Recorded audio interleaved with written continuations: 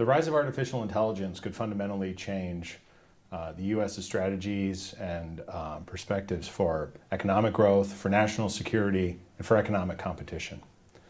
The idea that we're near a Promethean moment floats around in some circles, and while we don't know the chance of that, there is a real sense that the potential for AI is incredibly large. What questions does this raise for our energy system? Can we power the chips, the data centers that we need to stay at the forefront of this very promising technology? And can we do that in a way that's consistent with our long-term climate ambitions, both for the United States and for the world? I'm joined today by an expert in this field to try and uncover what we know about this issue and what more we need to know, and where both the business and community and the government may go. Josh Parker is the Director of Sustainability at Nvidia, I think now close to the world's most valuable company and chip maker du jour. And he's got a background as an engineer in intellectual property law, corporate sustainability.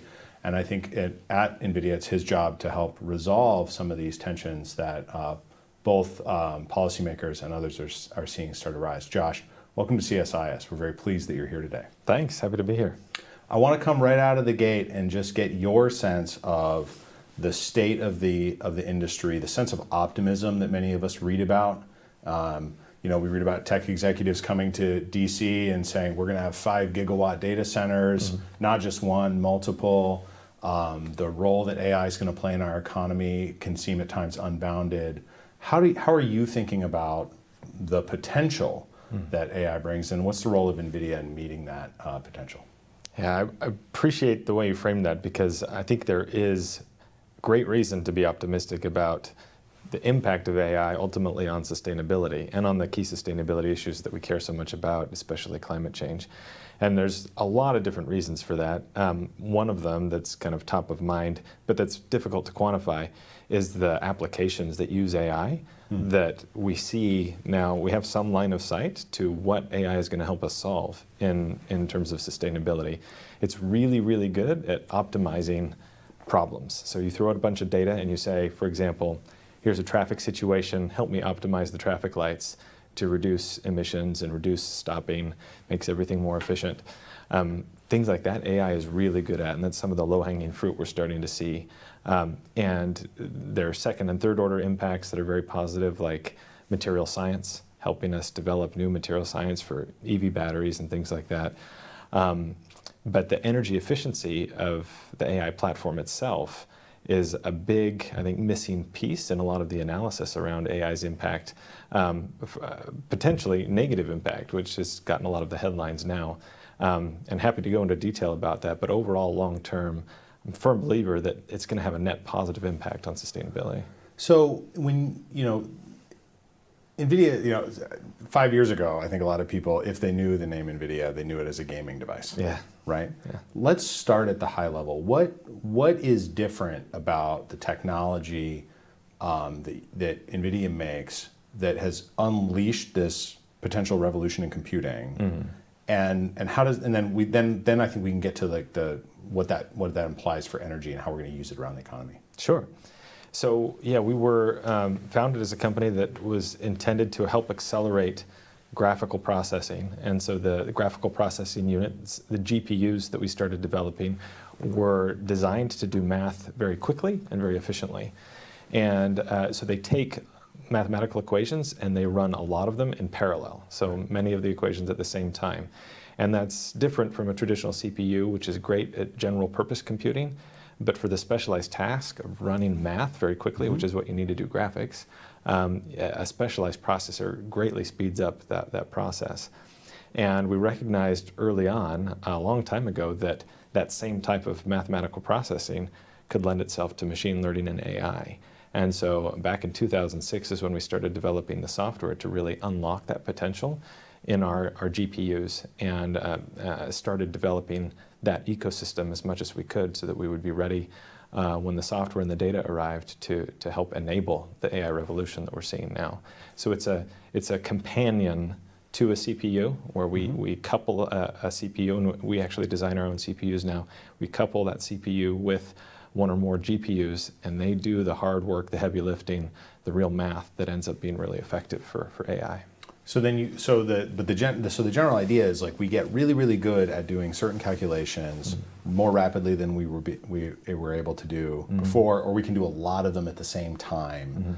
And that unlocks just a whole new sort of set of tools that you can use for applications, right? My son actually did ask me to congratulate you on the ray tracing. Apparently it's excellent. but like that suddenly in application, you can use these tools kind of around the world, right? Now, the thing or throughout the economy. The thing that is now very familiar are large language models, but I'm hearing you talk about applications like much broader than writing funny limericks.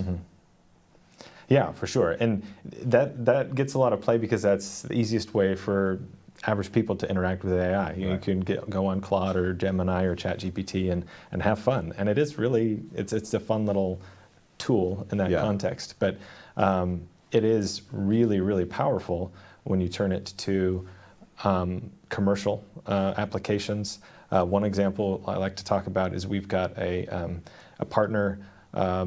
So the company Foxconn does a lot of electronics manufacturing based in Asia. They're opening a manufacturing facility in Mexico, and they used our hardware coupled with some software from Siemens to create a digital twin of the manufacturing facility. And they're projecting that the manufacturing facility will save 30% of its energy because they used AI to optimize it on the front end.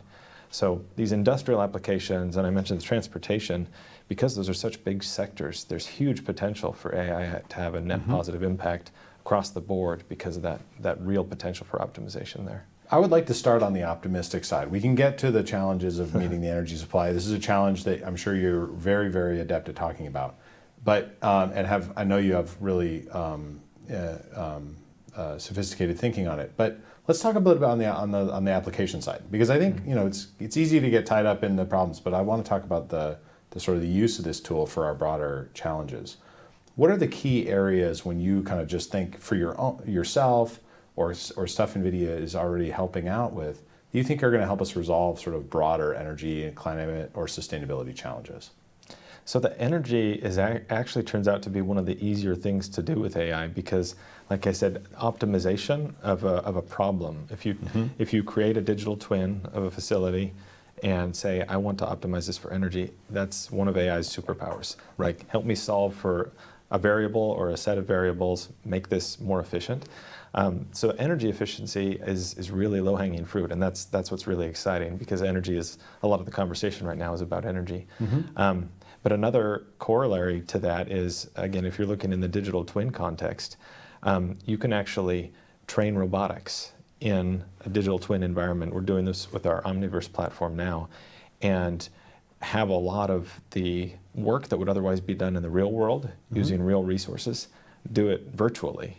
And you end up having a product where you're conserving a ton of resources because you're doing all that hard work in the virtual world. And so once you're ready to build your prototype, your AI is already trained, your robot is already trained, and you can optimize the resources as well. So that's another example. And then looking at things like climate change, there are direct impacts on potential technologies there like carbon capture and storage. Some companies are using AI to help find better sites and to discover better technologies to be more effective at carbon capture and storage. So we can go directly for the impacts of climate change and start mitigating that as well with AI. What are I hadn't heard that example before, but the idea generally makes sense, right? So we think a lot in the climate mitigation space around, like, there's just high uncertainty around what the set of solutions is, right? Yeah. And we do innovation policy and we have regulations to help kind of find local minima in cost or maxima in what is most convenient and provide services in a low carbon way. What I'm hearing you say, just from like a sort of mathematical perspective, is you can do a lot of that using these computational tools enabled by artificial intelligence and parallel processing to like have a bunch of versions of the world, test them out, and sort of get a sense of where we should be searching for more efficient, less carbon intensive solutions. Is that Yeah. roughly right? Yeah, that's fair. And I think the boom in AI, this revolution that we're living through, is actually one of the reasons why we've seen such a proliferation of climate tech startups. Because this new tool, and a lot of versions of this, some frontier models, like Meta's Llama 2, are open source. And you can start unlocking the power of AI for very low overhead or no overhead and apply it to some of these big problems. So I think we're seeing rapid innovation in the climate tech space, specifically because we have this new tool that people are eager to use kind of across the spectrum. And we have a startup support program called Inception at Nvidia, and a portion of that's called Sustainable Futures, where we try to enable specifically folks in the climate tech space. And we've got hundreds of startups in that program that are using our hardware and software to try to solve those big problems.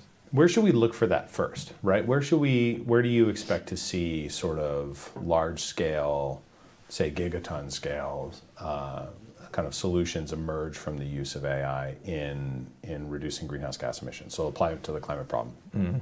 So if we're talking about pulling emissions out, things like carbon capture and storage, Sure. There are technologies kind of across the spectrum, and it's hard to predict which one's going to end up being the most useful because we're still early stages in kind of applying AI to that problem. One thing that we're already starting to see is utility in AI to help with climate modeling, which is good in terms of helping people get their arms around climate change, understand its impacts near term and long term, and also help us with climate change adaptation, of course, Right. and to avoid the worst impacts of climate change. We actually have a platform that we're developing called Earth 2, which is, we talked about digital twins in the industrial sector. It's a digital twin of the Earth. And using AI, we can generate weather predictions 1,000 times faster and 3,000 times more energy efficiently than previous physics-based simulations. So it's a huge enabler. It's just a step change in terms of what the technology can do to help us forecast weather and ultimately climate. And I think that's going to lead to new insights in things like what we can do in the atmosphere to potentially help mitigate climate change. But like I said, it'll also help us in the near term just adapt and try to minimize the potential damage. So what we can do in the atmosphere, I have to link onto that sentence. What do you mean? Well, there are lots of ideas about what can be done with climate change. One of those ideas is potential aerosol use in the atmosphere in targeted locations. So it's because climate change is such a complex problem, understanding the ocean's impact, the atmospheric impact, how all the CO2 and other greenhouse gases interact. Those are huge problems, and that's what math and that's what AI are really good to help model, so that we can figure out the potential effectiveness of all of these options on the front end before we actually try to implement them. Super interesting. I earlier in my career, even before I was here at CSIS, I spent a lot of time looking at kind of what should research programs look like from the federal government with respect to climate intervention, both direct air capture and using solar radiation management or aerosol injection, and the computing challenge that we face trying to understand not just the first order, but the second, third, tertiary effects of that kind of thing is pretty large. Yeah, it's really complex. And then on the other side, the sort of, one can imagine that you use these tools on the engineering pieces as well, right? Like nobody actually, using that example, nobody actually knows how to make a nozzle that shoots aerosols at the right particle size distribution at the right flow rate. And new simulation tools probably would enable us to do that if we're just sampling so many different versions of designs. Yeah, that's true. When should we expect these like fundamentally different, qualitatively different solutions to break out, right? Not necessarily the man on the street, but sort of the informed observer. When should we start seeing these tools really driving impact? And that's really hard to predict because we're talking about potentially revolutionary technologies, no precedent for them. And the real issue is when is the technology going to get good enough where the cost curve comes down for it to be, Right. feasible to do this at scale. We can do carbon capture. It's just a question of size and cost that we need to try to manage. So in terms of specific technologies to address that, it's really hard to say.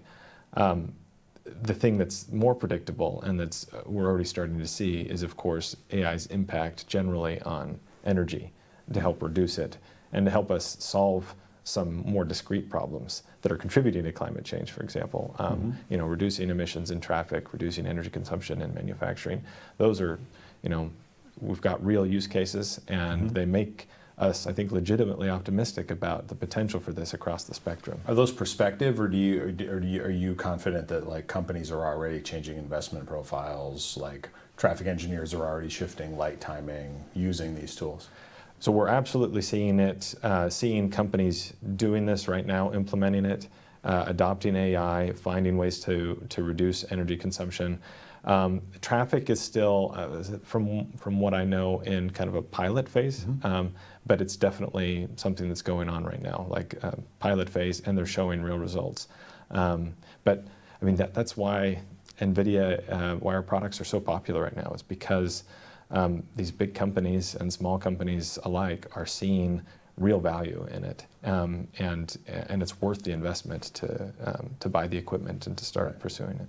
So, maybe, I'd love your thoughts on this question. One thing I've always just been curious about, right, is you can imagine these technologies being used throughout the economy, right, for different purposes. We're going to do nozzle design for aerosol distribution. We're doing traffic engineering. We're making sure that this, we're doing reservoir engineering to try and find where we can put CO2 in a direct air capture facility. All super cool.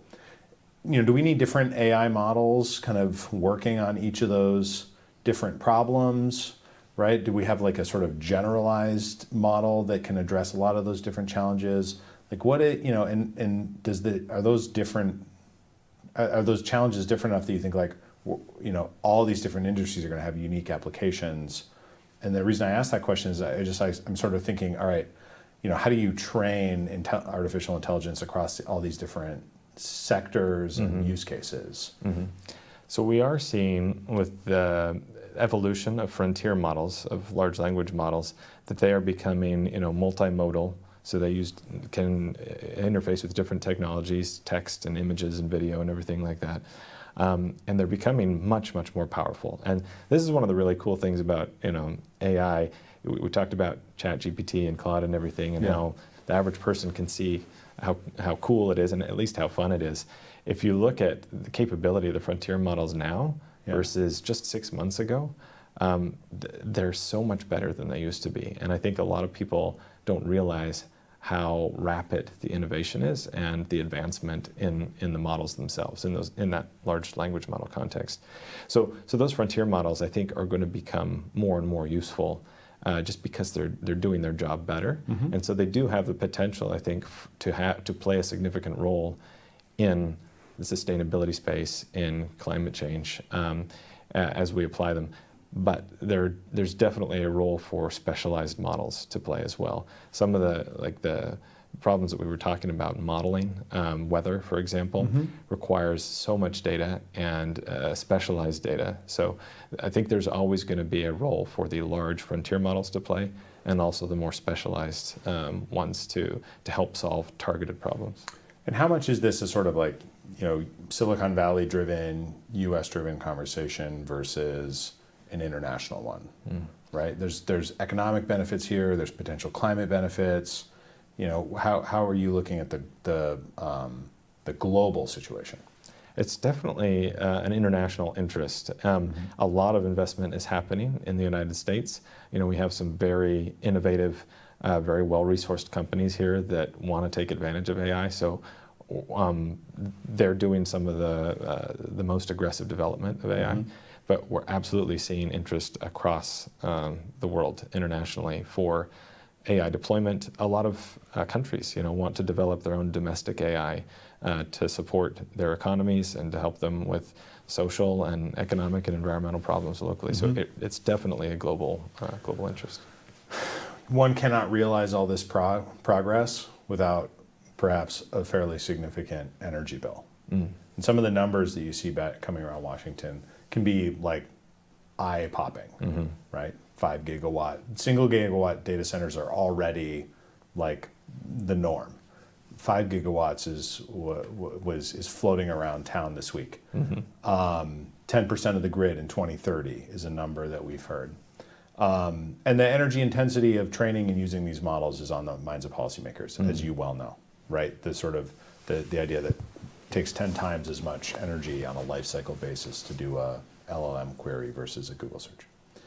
How are you thinking about that challenge, right? And how should we be thinking about that challenge? Because the more promising opportunities that are unlocked by these technologies, also presumably the higher the energy costs will be. Yeah, so it's understandable why people are focused on this, because if you look at the rapid deployment of AI and think about the energy that's involved with each AI server, then you can wonder, okay, is this sustainable? Where are we going with aggregate energy demand? But again, there is a lot of reason to be optimistic. And one of the key reasons for that is the very, very rapid increase in energy efficiency in accelerated computing and in AI that we're seeing. And I don't want to drown you with numbers, but I can take it. Let's go. A couple of them are really compelling. So I'll start out with looking at in the past 2 years. So the platform that we've been shipping in volume this year is called Hopper, and very successful, very efficient platform, light years ahead of where we used to be. The next platform that we've already announced is called Blackwell, that we're starting to ship, I think, next quarter. Just in that one generation improvement, we've reduced the energy consumption for AI inference by 96%. So it's 25 times more energy efficient to run AI inference on the next generation of our product than the previous generation. Now, pause for just a second, because I think actually, as we're all learning about this, we actually need to get into the fundamentals a little bit. So when you say AI inference, you mean like you're training a model, so every sort of iteration of that training takes 1/20th the power, or when I'm using these tools in application, it's sort of 1/20th the power, or both? It's when you're using the model. So the inference stage. So you train up the model. Sometimes you do fine tuning along the way afterwards. But the model, once you train it, and then you're interacting with it. So when you're actually talking to ChatGPT or Claude, et cetera, that inference stage is where we see a lot of kind of the growth going. And that portion, we're 25 times more energy efficient. On the training side, it's still really dramatic. It's a 4 times improvement in training. So we're using just 25% of the energy to do training that we were 2 years ago. So really dramatic there, but the inference is just eye-popping. And that people ask, is the energy efficiency plateauing? Are we reaching diminishing returns there? And we don't see that happening. In fact, over the last 10 years, we've had very, very consistent and dramatic improvements in energy efficiency. So if you look back 10 years, we're 100,000 times more energy efficient for AI inference than we used to be. And it's hard to wrap your mind around those numbers, but when you think of, energy is going to go up because the use of AI is going to go up, that's a huge countervailing force and variable to say, okay, the use is going up, but the efficiency is going up so rapidly that it's hard to know exactly where the steady state is going to end up. When you think about the growth of the use of these tools, is it supply limited, right? So if it gets 20%, if you get 95% cheaper in an energetic sense to do this, suddenly you might want to do a lot more of it, right? Or is it sort of demand driven in that, we're still discovering how firms are going to use these tools on a day-to-day, high-frequency basis? I think there's some of both. So we see, our CEO, Jensen, has talked about wanting to drive the incremental cost of computing down to zero, approximately. Yeah. And so if you make it more accessible, people are going to use it more. It's going to be cheaper to use it. And the neat thing about that is, if you get access to this really powerful supercomputers that you never had access to before, you're able to do things that you couldn't previously. And so if you can start using multi-billion parameter models, they can do things that million parameter models couldn't. So it's unlocking new potentials for AI. And that's one of the exciting things about being at this inflection point in this fourth industrial revolution, to see what can we do next, because there's step changes in the potential capabilities of the technology. What are the things that worry you about realizing this potential, right? And that could be a matter of governance, it could be a matter of societal acceptance. I don't know. Kind of what do you think are going to be the big blocking agents? So near term, I think the discussion around energy is really the most risky, and not that there's a huge risk here, but when ChatGPT burst onto the scene a couple of years ago, it took most of the world by surprise, right? It was wonderful and surprising, and everybody started rushing in saying, oh wait, there's value here, like AI is working. Right. And so everybody rushed in, wanted to start developing this technology. Not that companies weren't doing it before, but this was a new, clear demonstration of the value. And so we've seen a lot of investment, of course, in AI since then. So it makes sense that in the near term, there could be some supply and demand mismatches, right? Because it was unforeseen. And we were talking before the live stream started. There's also just a timing issue, right? It just seems like there's a lot happening very fast. That's right. Firms are in a race against each other. We're in a race against other countries around the world to be at the forefront of this, to capture the benefits early on. So that it also seems to me like there's a timing challenge there, that like the power system just adjusts more slowly than the tech industry could potentially grow. That's right. Yeah. Software moves very quickly, right? And infrastructure, especially energy infrastructure, does not. So yeah, there's some near-term challenges to try to match the energy with the demand for AI.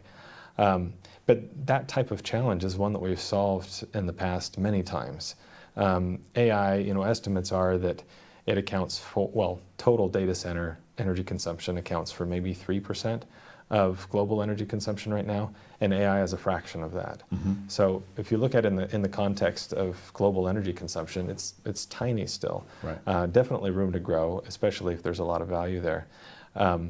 And again, if it has a positive impact on energy in other sectors, then it could have a net positive impact on the grid overall. Well, and I also argue, we spend a lot of time here at CSIS, and folks in Washington spend a lot of time thinking about the broader electrification of our economy, right? The electrification of the light-duty vehicle fleet already was going to require us to double the grid, more linearly, more slowly, yes, but we knew we had to do that. Yeah.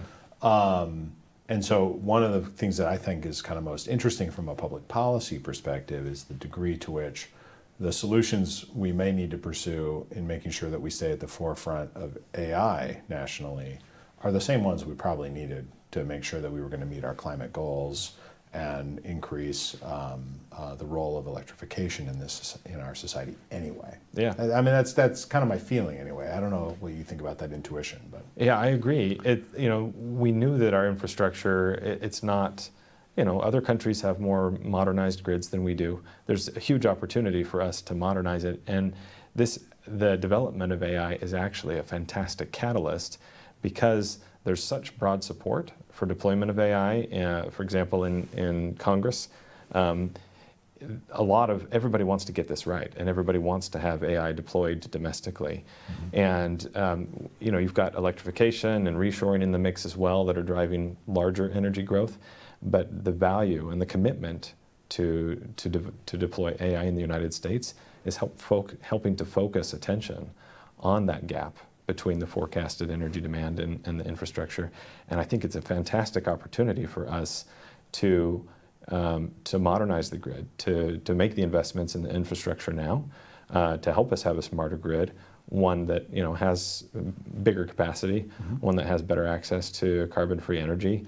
Integrating residential solar onto old grids is a challenging problem, but if we use this moment to say, hey, look, there are big companies involved in this that have a lot of expertise. Google and Microsoft and Meta and AWS, they all have huge interest in developing more clean energy, having an upgraded grid, modernized grid, and those will be fantastic partners as we, partner between the private and the public sector to say, what can we do to capture this moment to modernize the grid and make those investments now? So we're getting close to the end of our time, but there's a couple more things I'd love to pick your brain on if you can go a few more extra minutes. Sure. One of the challenges we face in the global response to climate change is, U.S. and developing world emissions are increasingly less of the story, and a lot of growth is happening in emerging markets, developed markets. What role do these digital tools play, in your view, globally? Right? When we think about, oh man, so we have very sophisticated systems for developing and financing renewables projects, increasingly low carbon firm resources in the U.S. That's a lot harder to do in emerging markets and developing countries. Do you see these tools being useful in that context, the sort of the things that AI can enable? Yeah, they will be useful. Now, AI is not fusion. It's not cheap, unlimited energy. So those countries are still going to have incentives to deploy the lowest cost energy. Right. So it's not going to be a silver bullet for that challenge. But it's absolutely going to help because, again, AI is making it so much easier to find energy efficiencies and to deploy renewables more cheaply, integrate them into the grid more cheaply, optimize traffic, all of these things that will help reduce the emissions in the developing world as well as in the developed world. It's equally applicable there. It doesn't solve the problem, but it definitely gives us more time. Asking for your editorial view, brief lightning round. Okay. Which is gonna help resolve our problems more? Large grid infrastructure or new nuclear when you think about what AI and its potential is going to unlock? Oh, that's hard to choose. I mean, I think it's hard not to use every available option right now because we're in a period of growing demand and we're not accustomed to the demand, Right. At least within the last 15 years. We were accustomed to it up until then. I think we should be pursuing every possible option for clean energy, especially when it's firm. I think pursuing all the options on the table makes sense. And radical efficiency reductions in the sort of energetic or other costs of doing AI, or the radical efficiency reductions you think it will enable in other parts of society? Well, the overall impacts in the near term, the potential is larger in the other sectors, just because they're a bigger share of the pie. Yeah. But AI is here to stay, and over time, especially if we continue on this energy efficiency cycle, it really is going to drive the cost of computing down close to zero, and continue to, I think, drive just amazing technologies and advances for society. So I think that'll be significant as well. And then, is there anything else that, as we come to a close, you think is important for us to hear here in Washington? I would say let's capture the moment. It really is a unique time. Our goals for sustainability are uniquely aligned with economic incentives because we have this new revolutionary tool in AI. We have a way to implement it. We just need to make sure we're kind of building the infrastructure to support it, and then taking advantage of it right away, because we know we've got climate change challenges, and it's urgent. And any delay that we have in deploying this technology will end up, I think, potentially causing more problems. So let's get it out there, let's use it, let's demonstrate its value, and we can start tackling those bigger sustainability challenges with it. Awesome. And lastly, how should think tanks use AI to do our jobs better? I haven't thought about that specifically, but AI is fantastic to get educated on simple things. I use it that way. If there's a new topic, it's excellent at crunching data. So I think the low-hanging fruit is with those frontier model LLMs to help. But if you're doing more sophisticated modeling of weather and energy and so forth, I think more specialized models could help there as well. Well, Josh, thank you so much for joining us. I mean, as I said, this is an area that our audience, that Washington is still dipping its toes into and having to learn about, and it's really helpful to hear from someone who's so close to the issues, can help us understand the numbers, can help us understand where the big wedges are in meeting both the opportunity and the challenges that new technology imposes. So thank you very much for being with us today. It's been a pleasure. Colleagues, I'm so grateful that you joined, and we were able to interpret a couple of questions that came in online for Josh. This is Joseph Majkut with the CSIS Energy Security and Climate Program, signing off. Until next time.